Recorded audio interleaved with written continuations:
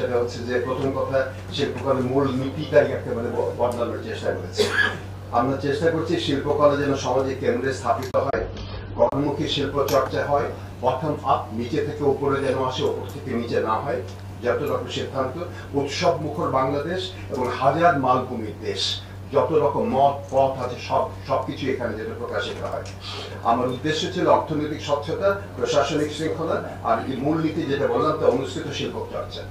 এখন এই যে আমরা যেটা আপনাকে শোনাবো আমাদের যে কর্মপরিকল্পনা, সেটা যে 73 দিনে আমরা করেছি, 73 দিনে সেটা প্রথমে আমরা কিন্তু সকল স্টেক হোল্ডারদের সাথে কথা বলেছি। আমরা কথা বলেছি, মত বিনিময় করেছি, নৃত্য, গীত, আবৃত্তি, নাট্য, চলচ্চিত্র, দৃশ্য মাধ্যম, ভিজুয়াল আর্টস, পুতুল কাজ, জাদু, মুখাভিনয়, এদের সবার সাথে আমরা দলগতভাবে আলোচনা করে আমরা নোটস নিয়েছি। সেখানটা থেকে আমাদের যে পরিচালক বৃন্দের সাথে কথা বলে অনেক বৈঠকের পরে আমরা কর্মপরিকল্পনা তৈরি করেছি। সেটা সারা বছরের জন্য আমরা 4 মাস নষ্ট করে ফেলেছি নানা কারণে, কিন্তু আমাদের হাতে আছে 8 মাস। সেটা হচ্ছে আমাদের মূল কর্মপরিকল্পনা। তা থেকে আমি কিছু অংশ আপনাদেরকে জানাতে চাই। যেমন চারুকলা বিভাগে সারা দেশে বৈষম্য বিরোধী ছাত্র আন্দোলনের শহীদদের স্মরণ ও স্বৈরাচার পতনের পর নতুন বাংলাদেশ নির্মাণের রূপরেখা তুলে ধরে বিজয় অনুষ্ঠানমালা। মোট 26টা জেলা অনুষ্ঠিতব্য এই উদযাপন সকল অবহেলিত জনগোষ্ঠীর অংশগ্রহণ, ছাত্র যুবক সহ আপামর মানুষের রাষ্ট্রীয় অর্থনীতি অংশীদারিত্ব প্রকাশের জন্য নানা ফর্মের মধ্যে দিয়ে অনুষ্ঠিত হবে। বহুত্ব 2, বহুত্ববাদী জনমানুষের বৈষম্যহীন বাংলাদেশ থিমের আওতায় দলীয় পারফরমেন্সের মধ্য দিয়ে সপ্তাহব্যাপী উন্মুক্ত স্থাপনা প্রদর্শনী, যাতে দেশের 5 জন স্বনামধন্য শিল্পী শিল্পকলা একাডেমি প্রাঙ্গণে তাদের স্থাপনা নির্মাণ করবেন। বিষয় জাতীয়তাবাদ, বাংলাদেশের নতুন বয়ান এবং ক্ষমতাকাঙ্ক্ষা। দ্বিতীয়ত, ঢাকা ও বিভাগীয় শহরগুলোতে বিশেষ করে বিশেষ এলাকায় বৈষম্যহীন বাংলাদেশ দেহঘড়ি শিরোনামে পারফরমেন্স আর্ট তরুণ প্রজন্ম জুলাই অগস্ট অভ্যুত্থানের স্বরূপ সন্ধানের অংশ হিসেবে নানান নাটকীয় উদযাপনমূলক ফর্মে উপস্থাপন করবে। তারপরে ছাত্র জনতার অভ্যুত্থানের 2024 ভিত্তিক প্রত্যয় প্রতিরোধ বাংলাদেশ শীর্ষক চিত্র ও আলোকচিত্র প্রদর্শনী।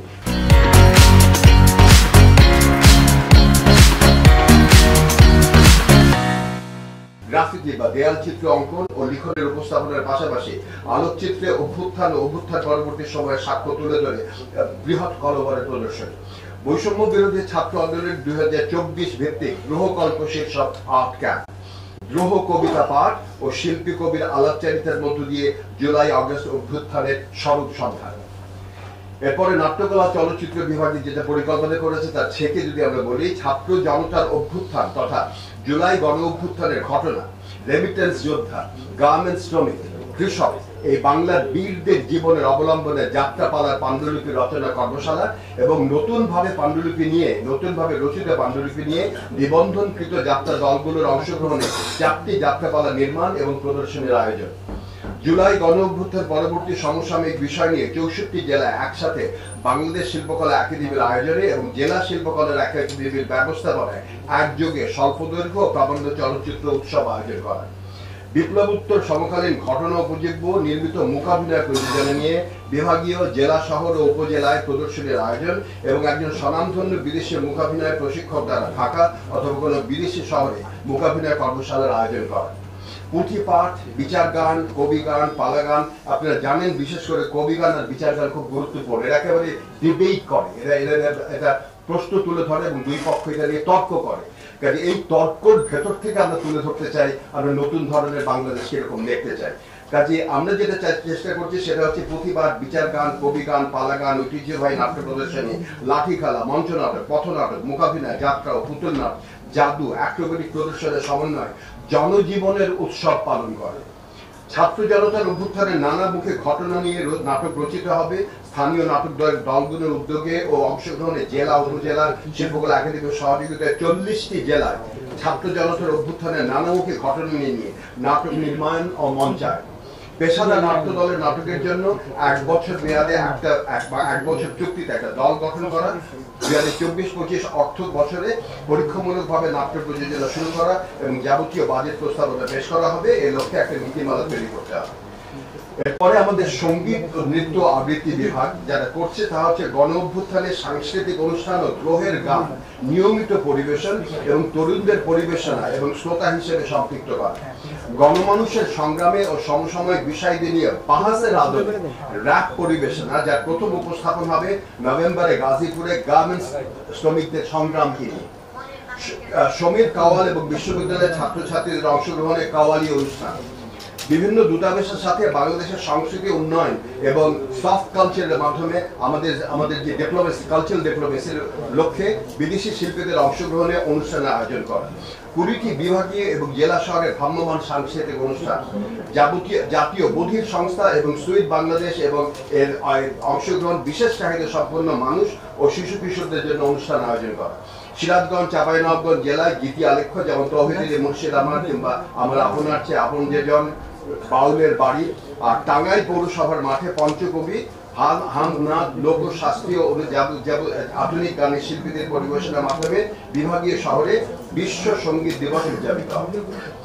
এরপরে রয়েছে আমাদের গবেষণা প্রকাশনা বিভাগের কাজ, জুলাই বিপ্লব পরবর্তী বাংলাদেশের সমসাময়িক বিষয়দের সাথে শিল্প গবেষণা সম্পৃক্ত করার জন্য সারা দেশে অংশগ্রহণমূলক অ্যাকশন রিসার্চ PAR চালু করা, বাংলাদেশের জেলায় শিল্পী ও গবেষকদের জন্য গবেষণার বৃত্তি প্রদান করা, ভারতের সাংস্কৃতিক আগ্রাসন প্রতিরোধে ও নতুন বাংলাদেশের পরিচয়ের সংকল্পে একটি সাউথ এশিয়ার কালচারাল স্টাডি সেল প্রতিষ্ঠা করা এবং দক্ষিণ এশিয়ার গবেষকদের রিসার্চ রেসিডেন্সির আমন্ত্রণ করা, 8টা দেশ থেকে গবেষকের মাধ্যমে সেল গঠন করা, একটা কনজারভেটরি রিসার্চ সেল গঠনের মাধ্যমে উপমহাদেশীয় সমসাময়িক সাংস্কৃতিক চর্চা ও হারানো ঐতিহ্য ধরে রাখতে বিশেষ বিষয়ভিত্তিক গবেষণা, যার মাধ্যমে বিশেষ ওরাল স্টোরি টেলিং এখানে প্রাধান্য পাবে, শিশুদের জন্য উপযোগী বাংলাদেশের শিল্প ইতিহাস এবং শিল্পী জীবনে নিয়ে পিকচার বুক, কমিক বুক বা ইনস্টলেশন, নতুন ওয়েব জার্নাল, এডিটোরিয়াল গ্রুপের মাধ্যমে ট্যাবলয়েড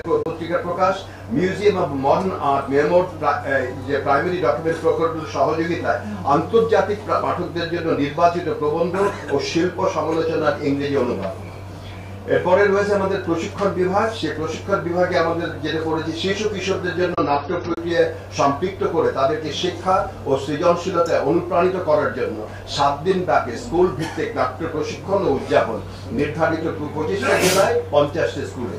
বৈষম্য বিরোধী আন্দোলনকে বিষয়বস্তু করে সকল জেলায় নাট্যকর্মীদের অংশগ্রহণে 15 দিন ব্যাপী প্রযোজনা ভিত্তিক নাট্য কর্মশালা, নাট্য প্রদর্শনী ও বিভাগ ও কেন্দ্রীয় পর্যায়ে নাট্য উৎসবের আয়োজন। নির্ধারিত 20টি জেলায় 15 দিন ব্যাপী লাঠি খেলার নাট্য ভাষা শিক্ষক প্রযোজনা ভিত্তিক নাট্য কর্মশালার প্রদর্শনী, বৈষম্য বিরোধী আন্দোলনকে বিষয়বস্তু করে লাঠি খেলার মাধ্যমে নাট্য কাহিনীর উপস্থাপন।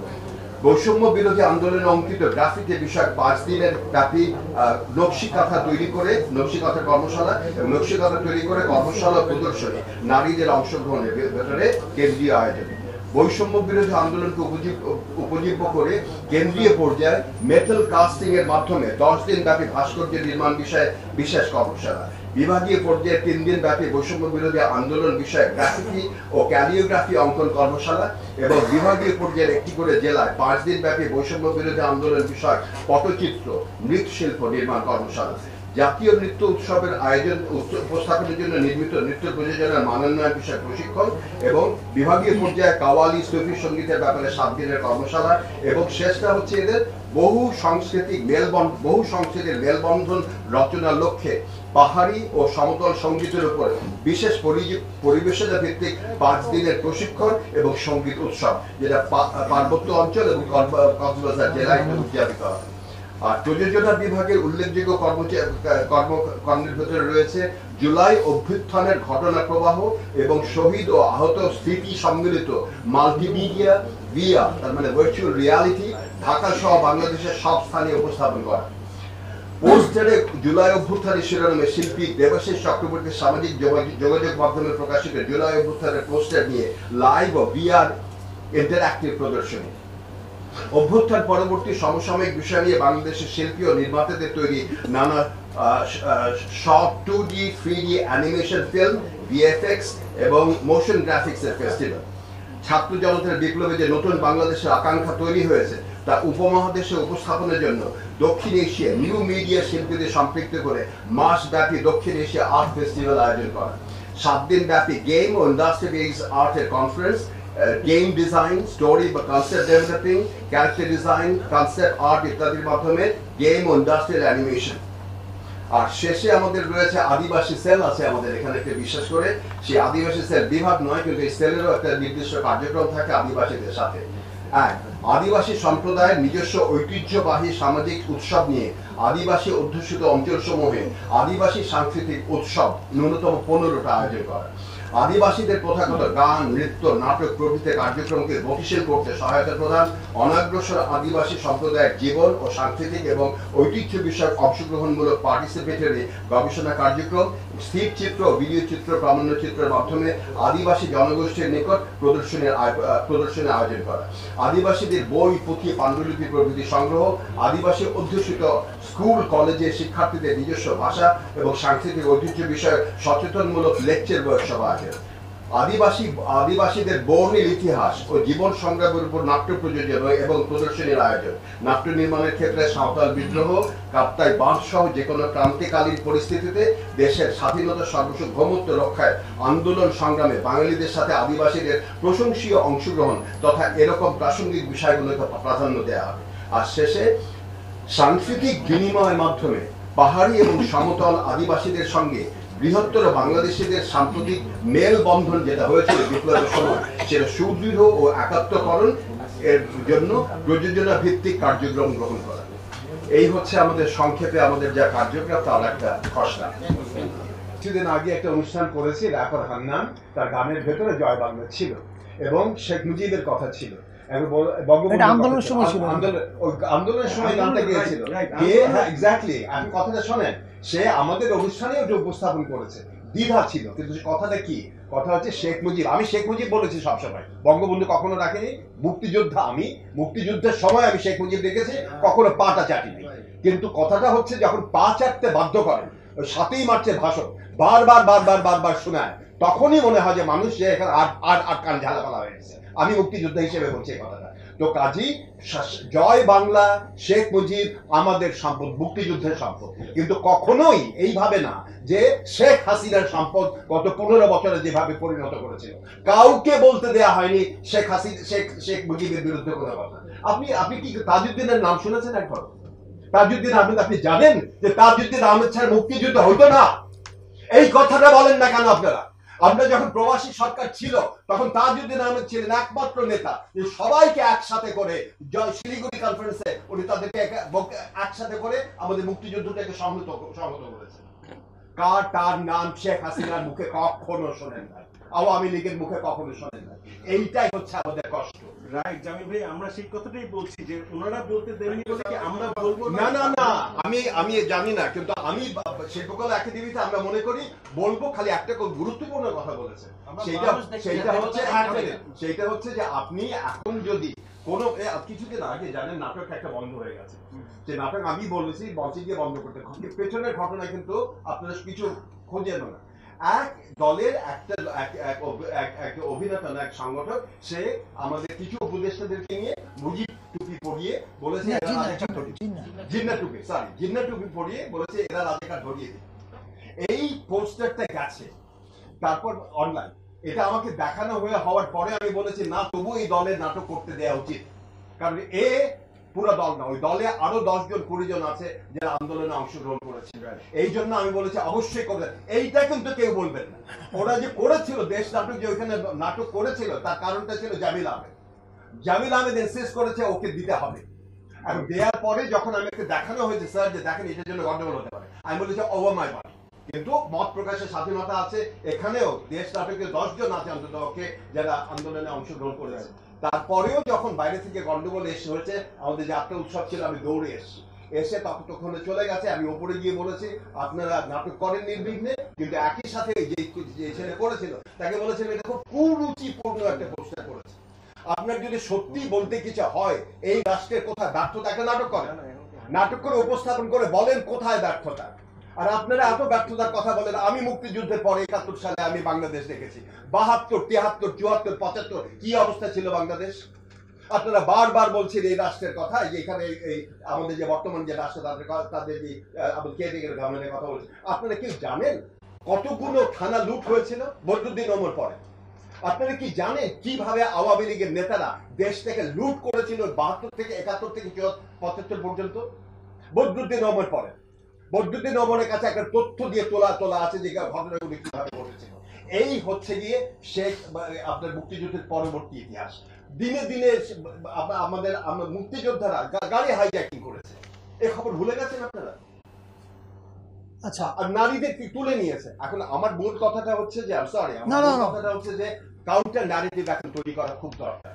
সেই কাউন্টার ন্যারেটিভের জন্য আপনারা ভুলে যেন না যে আগে কি হয়েছে। আমাদের দুর্ভিক্ষ হয়েছে বাংলাদেশে 74 সালে। আমি একটা পেপারে দুর্ভিক্ষের কথা উল্লেখ করেছি বলেই কিন্তু আমার পেপার হামলা কথা চলে আসছে। আপনি জানেন যে জাতীয় আমাদের যে একটু খালি বলি আপনাদের স্বাধীনতার কথা, প্রেসের যে পত্রিকা যেগুলো সব আছে ন্যাশনাল আর্কাইভে, আপনি জানেন যে 74-এ দুর্ভিক্ষের আর্কাইভ থেকে কেউ ইস্যু করতে পারতো না খবরের কাগজগুলো। আমি ঢাকা বিশ্ববিদ্যালয়ের অধ্যাপক বলে ওখানে অনেক কথা বলে আমি আর্কাইভ থেকে ওই খবরের কাগজগুলো বার করেছি, ওগুলো প্রকাশিত হবে না। এগুলো জানেন তো আপনারা না?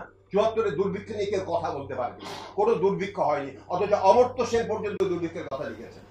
এই হচ্ছে যে ন্যারেটিভ, তার বিরুদ্ধে তার বিপক্ষে ভিন্ন জায়গায় আমরা কথা বলতে চাচ্ছি। আর কথা বলার জন্য সবাইকে সুযোগ দেন।